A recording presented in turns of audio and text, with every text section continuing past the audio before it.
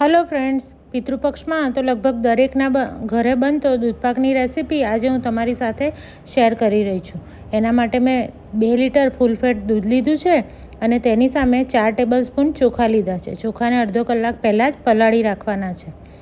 દૂધ ઉકળવા લાગે એટલે તેમાં પલાળેલા ચોખા ઉમેરી દેવાના છે અને દૂધને સતત હલાવતા રહેવાનું છે. ચોખાને દૂધમાં બરાબર ચડવી લેવાના છે. જ્યાં સુધી ચોખાનો દાણો ફાટી જાય ત્યાં સુધી પાકવા દેવાના છે. જુઓ, ચોખા હવે બરાબર ચડી ગયા છે. હાથથી દબાવીશું તો દાણો એકદમ સોફ્ટ થઈ ગયો છે. હવે તેમાં ઝીણી સમારેલી બદામ નાખવાની છે, જેથી કરીને બદામ થોડી પાકી જાય. 1 કપ ખાંડ ઉમેરવાની છે. 1 લીટર દૂધ હોય તો અડધો કપ ખાંડ જોઈએ. મારે 2 લીટરનો દૂધપાક છે એટલે હું 1 કપ ખાંડ ઉમેરી રહી છું.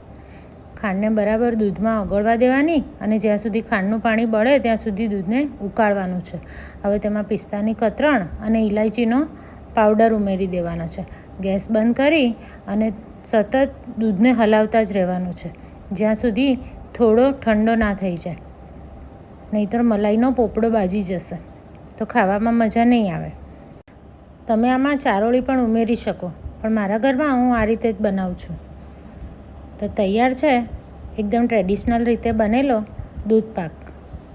રેસીપી ગમી હોય તો લાઈક કરજો.